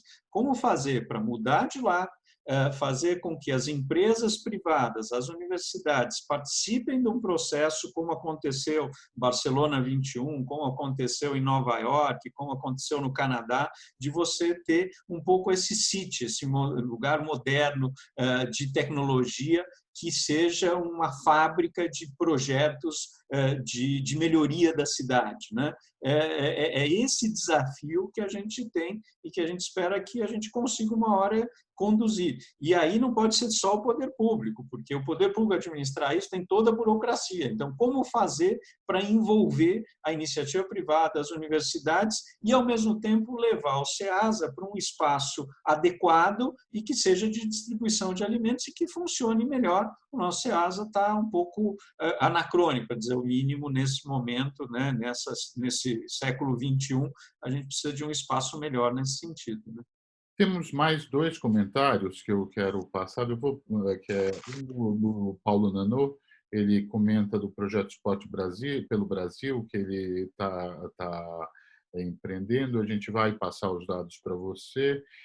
Mas o outro comentário é bastante próximo ao que você acabou de falar. O Marcelo, infelizmente, eu não tenho o sobrenome do Marcelo, que comenta que é importante que as empresas não doem o que sobra, mas apoiem no que falta. Eu acho que se você quiser fazer um comentário desse, aí eu vou me permitir fazer uma pergunta minha. Eu li recentemente, anteontem, um artigo muito bacana do New York Times, onde os jornalistas fazem uma longa explanação e um longo apelo sobre o poder da cidade, o poder inovador da cidade, né? Mostrando que a cidade funciona como um polo de inovação, sempre funcionou, que ela é o lugar de encontro e troca, de crescimento, de inovação mesmo, né? E eles mostram um quadro muito triste e até impressionante das cidades americanas hoje. Eu vou dar um dado para te situar. Eles me colocam que em Chicago, por exemplo, se você estiver num bairro rico, às margens do Lago Michigan, você pode ter uma expectativa de vida de 90 anos. Se você estiver a 8 quilômetros dali, próximo à estrada I-94, num bairro pobre, basicamente um bairro negro, você vai ter uma expectativa de 60 anos, né? E eles colocam muito o desafio de que, ou a oportunidade, né, de que essa nossa pandemia possa ser algo que nos ensine a reativar o poder criativo, o poder propulsor das cidades americanas, no caso dele. Eu acho que a gente pode fazer um paralelo com o nosso Brasil, dado que ele bota em xeque alguns hábitos, né? A pandemia coloca em xeque alguns hábitos. Em relação ao esporte, depois você me passa, eu não entendi muito bem, mas tenho todo o interesse de conhecer um pouquinho mais a questão do esporte pelo Brasil. Em relação a doar o que falta, que o Marcelo falou, eu só fico muito preocupado de muitas vezes sempre a iniciativa privada está doando coisas. Eu acho que o que a gente precisa é pensar uma política que, enfim, o que o serviço público precisa? Envolver a iniciativa privada e pensar de forma consistente ao longo dos anos o que precisa para que essas coisas continuem a funcionar e não fique só uma coisa assim, ou aplica os princípios da iniciativa privada na área pública, não, aqui funciona bem, vamos colocar. Não é bem assim, a área pública é diferente da área privada. Segundo, não é só, vamos doar o que falta, vamos sentar junto, eu acho que tem que ter uma proposta, aquilo que lá atrás eu tinha falado, se não me engano, foi o Miguel, de dizer como que engaja as empresas, como é que tem um sistema que funciona e que permite que isso seja algo contínuo e que tenha a gente avaliando os resultados, a gente repensando o tempo todo. Eu acho que é muito importante envolver a iniciativa privada, não tenho dúvida disso. Agora, uma coisa que você colocou, por exemplo, das cidades inovadoras, Hermano, que muita gente fala, mas você cita Amsterdã, Nova York, são cidades ricas. Tá bom, Medellín foi considerada, 2, 3 anos atrás, a cidade mais inovadora do mundo. Eu fui até Medellín. Medellín era, o cartel de Medellín tinha gangues, tinha milícias, tinha... O que eles fizeram? Lógico, teve todo um lado de segurança importante, mas eu fui no meio da comunidade, eles colocaram, por exemplo, bibliotecas no meio da comunidade. eles envolveram a sociedade para participar. Eles fizeram com que as pessoas se apropriassem da cidade, aquilo que a Cainha falou um pouco mais, ter conexões. Isso vai transformando, repensar um sistema de transporte da cidade, né? Isso vai fazendo com que a cidade vá se modificando, né? E as essas cidades são criativas, são inovadoras, né? E Medellín é um ótimo exemplo para a gente, uma cidade do terceiro mundo, é uma cidade que era um problemaço em termos de segurança, de violência, de mortes, e conseguiu, em alguns anos, se transformar, e se vocês forem para Medellín, vocês vão ficar, é uma cidade que dá gosto de ver, certo? Mas isso envolve educação, isso envolve cultura, isso envolve mudança, mobilidade, isso envolve participação da universidade, das empresas, da sociedade civil, isso envolve segurança, sem dúvida, mas veja, dá para fazer, né? É muito interessante. E as cidades hoje, elas são um espaço super criativo, de fato, e inovador. Se a gente souber usar isso bem, e São Paulo mostra isso, que a gente consegue ter soluções muito interessantes, eu não tenho dúvida que a gente pode dar alguns saltos significativos nos próximos anos. E você acha que a crise é uma oportunidade? Eu acho que a crise é uma oportunidade, mas pode ser também para a gente se acomodar ainda mais e sair da crise e dizer, vamos continuar, que bom que eu vou encontrar todo mundo, vamos voltar à situação anterior. Eu acho que sempre é uma oportunidade, mas também é uma coisa da gente se apegar e dizer, não quero mudar o que era antes, ver o que pode ser muito pior, né? Mas eu acho que depende da gente, né?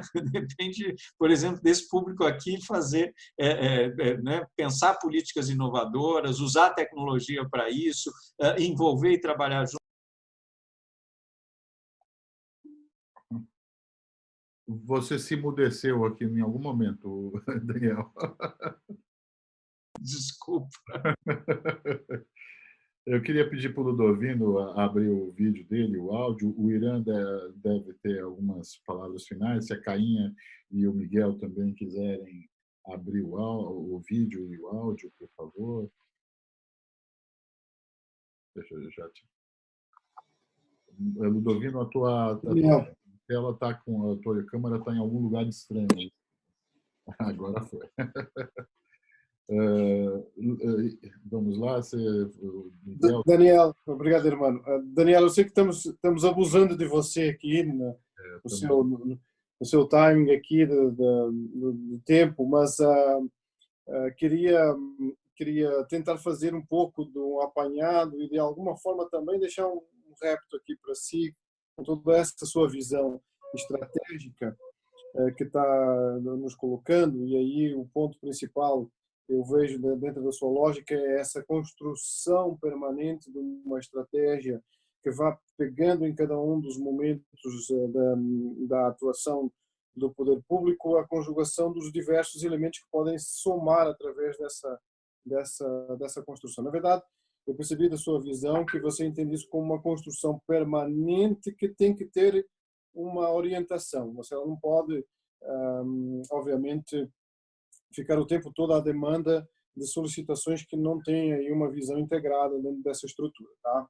Eu entendo isso, acho que você está certo, mas o mundo está caótico, né? Então ele está sendo bombardeado permanentemente, um mundo onde você está apropriando as percas e os erros no próprio dia. Então você está hoje fazendo uma contabilidade diária dos erros e das percas que você tem por conta exatamente dessa avalanche de dados, de informação que a tecnologia nos trouxe dessa forma. O meu último repto para você era: o que é que desta experiência social, tecnológica, ambiental, econômica, de saúde pública, de pandemia que nós estamos vivendo, vai efetivamente mudar? O que é que você acha que é algo que vai nos trazer para um novo patamar e onde efetivamente a gente vai se encontrar num novo patamar para que algumas dessas coisas que se ansiavam no passado se consolidem e outras piores eventualmente possam vir e nos trazer essa realidade, tá? E obrigado pela sua colaboração, é sempre bem-vindo no Instituto CAPOC.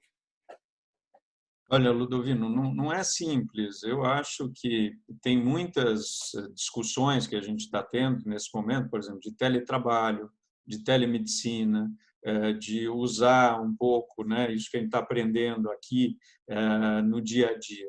Agora, eu insisto, eu acho que a gente precisa mudar um pouco também a cultura das pessoas, por um lado, pensar o que as pessoas mais precisam hoje do serviço público.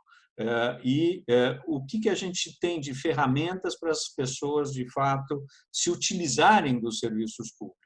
E eu não tenho dúvida que o ótimo é inimigo do bom. A gente precisa usar, na época do poupa-tempo, para vocês terem uma ideia, a gente, quando começou a montar o poupa-tempo, uma das coisas, um dos grandes desafios era, olha, precisa digitalizar todos os documentos de identidade do Estado de São Paulo. Eram mais de 40 milhões de documentos. Isso ia levar anos. E a gente ficou dizendo, bom, mas se não digitalizar, como é que eu consigo diminuir o tempo para emitir uma carteira de identidade, que levava, não sei se vocês lembram, 60, 90 dias? Bom, a gente mudou o fluxo, a gente foi criativo, a gente foi inovador, a gente levou os papiloscopistas, que são aqueles que conferem a digital, se você é você mesmo, se bate com a tua carteira, lá para a ponta. Ou seja, eu estou dando esse exemplo para mostrar que nem sempre é só tecnologia, nem sempre a gente precisa entender o processo, entender onde a gente quer chegar, ver que condições a gente tem para chegar nisso e usar as ferramentas que a gente tem e muitas vezes fazer o que dá para fazer num primeiro momento e depois fazer o ótimo. Então, eu acredito muito nisso, né? E envolver quem faz parte do processo, que muitas vezes tem ótimas ideias, né? O sistema de educação, a gente tem que envolver os pais, tem que envolver os professores, não pode simplesmente alguém baixar e dizer é assim que tem que ser, né? E isso sim vai mudando a cultura, e aí sim esse amálgama com uma tecnologia moderna ajuda a gente a chegar em boas soluções. Senão, não vai. A gente dizer só, olha, eu quero que seja o melhor sistema de educação do mundo e precisa funcionar. Não vai. Qual é o processo para chegar nisso? O que a gente precisa para chegar nisso? Né? Então, eu acredito muito nisso. Né? Eu vou pedir para o Miguel dar umas palavras finais muito rápidas. O Irã está ali, olha, com a cara dele de alemão ali, que vocês percebem. Mas ele estudou numa escola alemã e ele está diz, ó, o tempo passou. Eu vou pedir para o Miguel fazer algumas palavras rápidas, Cainha e depois o Daniel. Não, muito bacana. Eu acho que tudo que a gente ouviu aqui, o Daniel, nossa, ele não simplesmente ele mostrou o que foi feito, o que está sendo feito, mas ele mostrou o que pode ser feito. Eu acho que isso que é o mais importante, né? Nós, nesse time que a gente participa, de Cidades Inteligentes, a gente participa de um projeto global. Hoje a gente atende 31 ecossistemas, ou seja, 31 cidades no mundo. A PwC participa de um ecossistema, né? Aí a parte da iniciativa privada, né? Colabora nesses ecossistemas para olhar os 30 próximos anos de cada cidade dessa, que é exatamente o que o Daniel falou. Então, assim, olhar para frente, olhar para a vocação da cidade. E falando em vocação, eu estou com um estudo aberto aqui de Cidades de Oportunidades, ele mostra São Paulo, e eu queria destacar 2 pontinhos, né? Um deles é o gateway, relevância como gateway. É vocação da cidade ser aberta para a inovação, aberta para novos talentos, cientistas, pesquisadores, profissionais altamente gabaritados em diversos tipos de temas. E um outro ponto de sustentabilidade, a nota é alta também para sustentabilidade, por incrível que pareça, a gente acha que não, mas São Paulo realmente é, de fato, uma cidade sustentável. Tem muito que mexer, tem muito que melhorar, concordo com o Daniel nesse sentido, mas eu insisto que esse tripé é a coisa mais importante. Não importa se capitaneado pela prefeitura ou não, mas que seja de uma maneira ecossistêmica, que seja colaborativo e que sim, a gente tem algum plano de trabalho, né? Sem ter planos, a gente não chega a lugar, nenhum avião decola sem ter um plano de voo. Então, assim, é preciso e a gente acredita que a união tanto da sociedade organizada quanto a sociedade privada, e aí inclua a PwC e a prefeitura, a gente pode sim olhar para esses próximos 30 anos com muito mais otimismo, pensando numa cidade realmente de fato voltada para o cidadão e para as pessoas.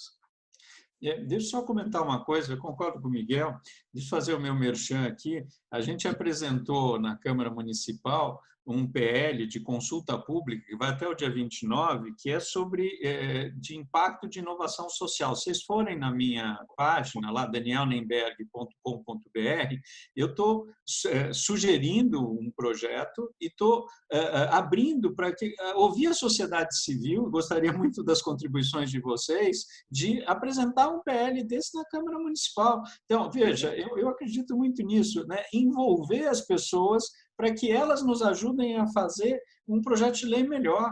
Né? Não adianta essa da minha cabeça. Vocês, se puderem nos ajudar e ver esse projeto, vão lá, danielnemberg.com.br e nos auxiliem a ver se o projeto está bom, se precisa melhorar, no que precisa melhorar. E para finalizar, não só acho que tem vocação, a gente precisa cada vez mais formar pessoas. Eu, por exemplo, coloquei meus filhos numa escola que muito mais do que a coisa de aprender, né, as coisas de matemática, ciência, é aprender a pensar.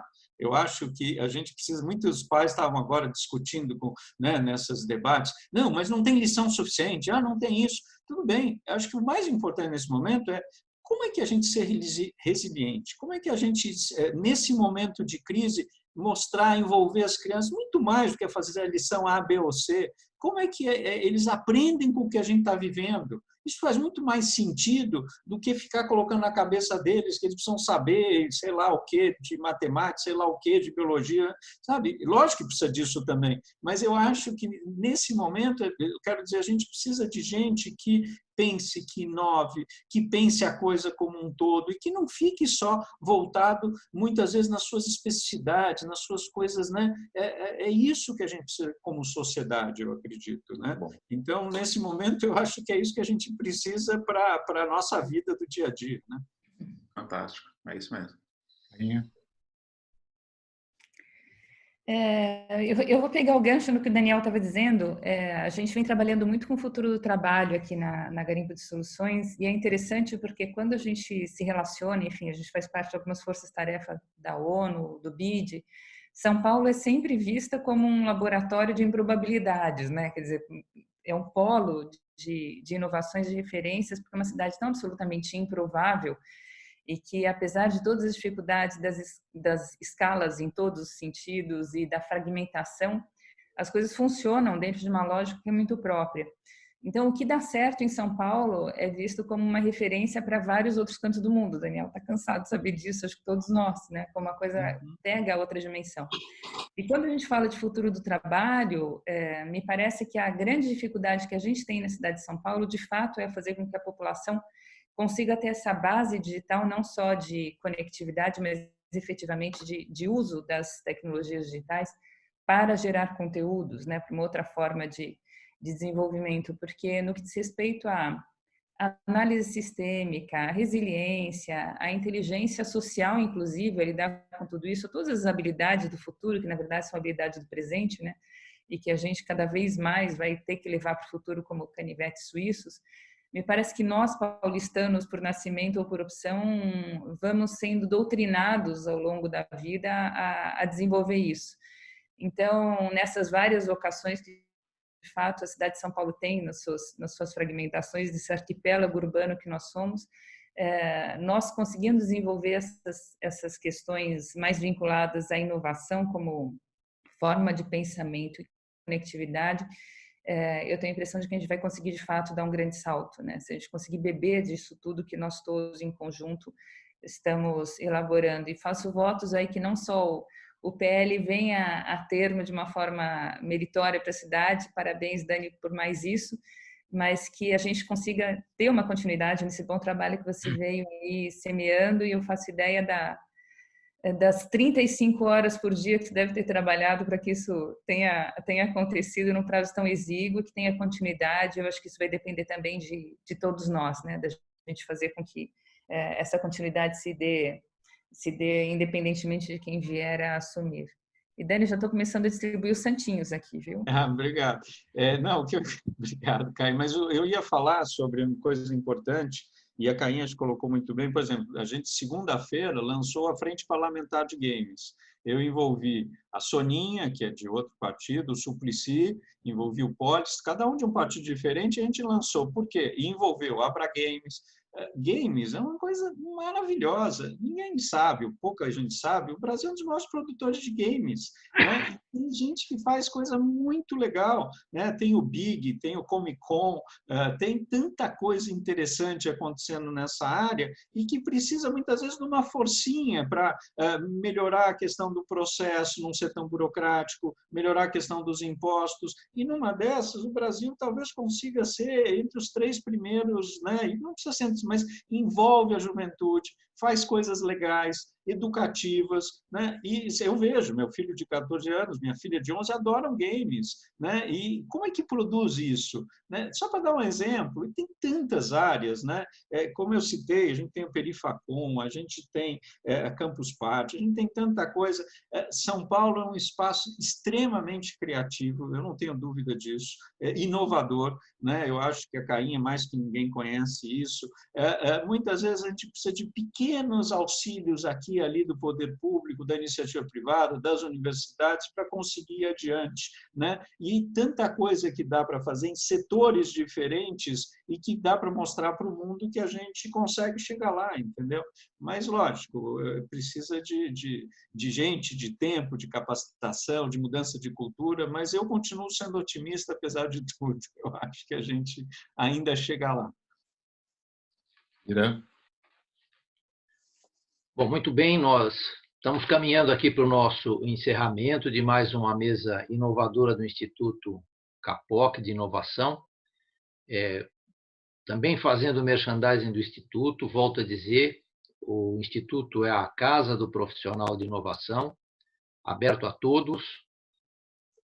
Fiquem próximos, agradeço a presença dos associados, dos seus convidados, agradeço em especial ao Daniel, ao Miguel e à Cainha por toda a contribuição, também ao presidente do nosso Conselho Deliberativo, Ludovino Lopes, ao nosso diretor executivo, Hermano, ao Guilherme Rezende, que sempre nos apoia silenciosamente e coordena uma série de projetos no Instituto.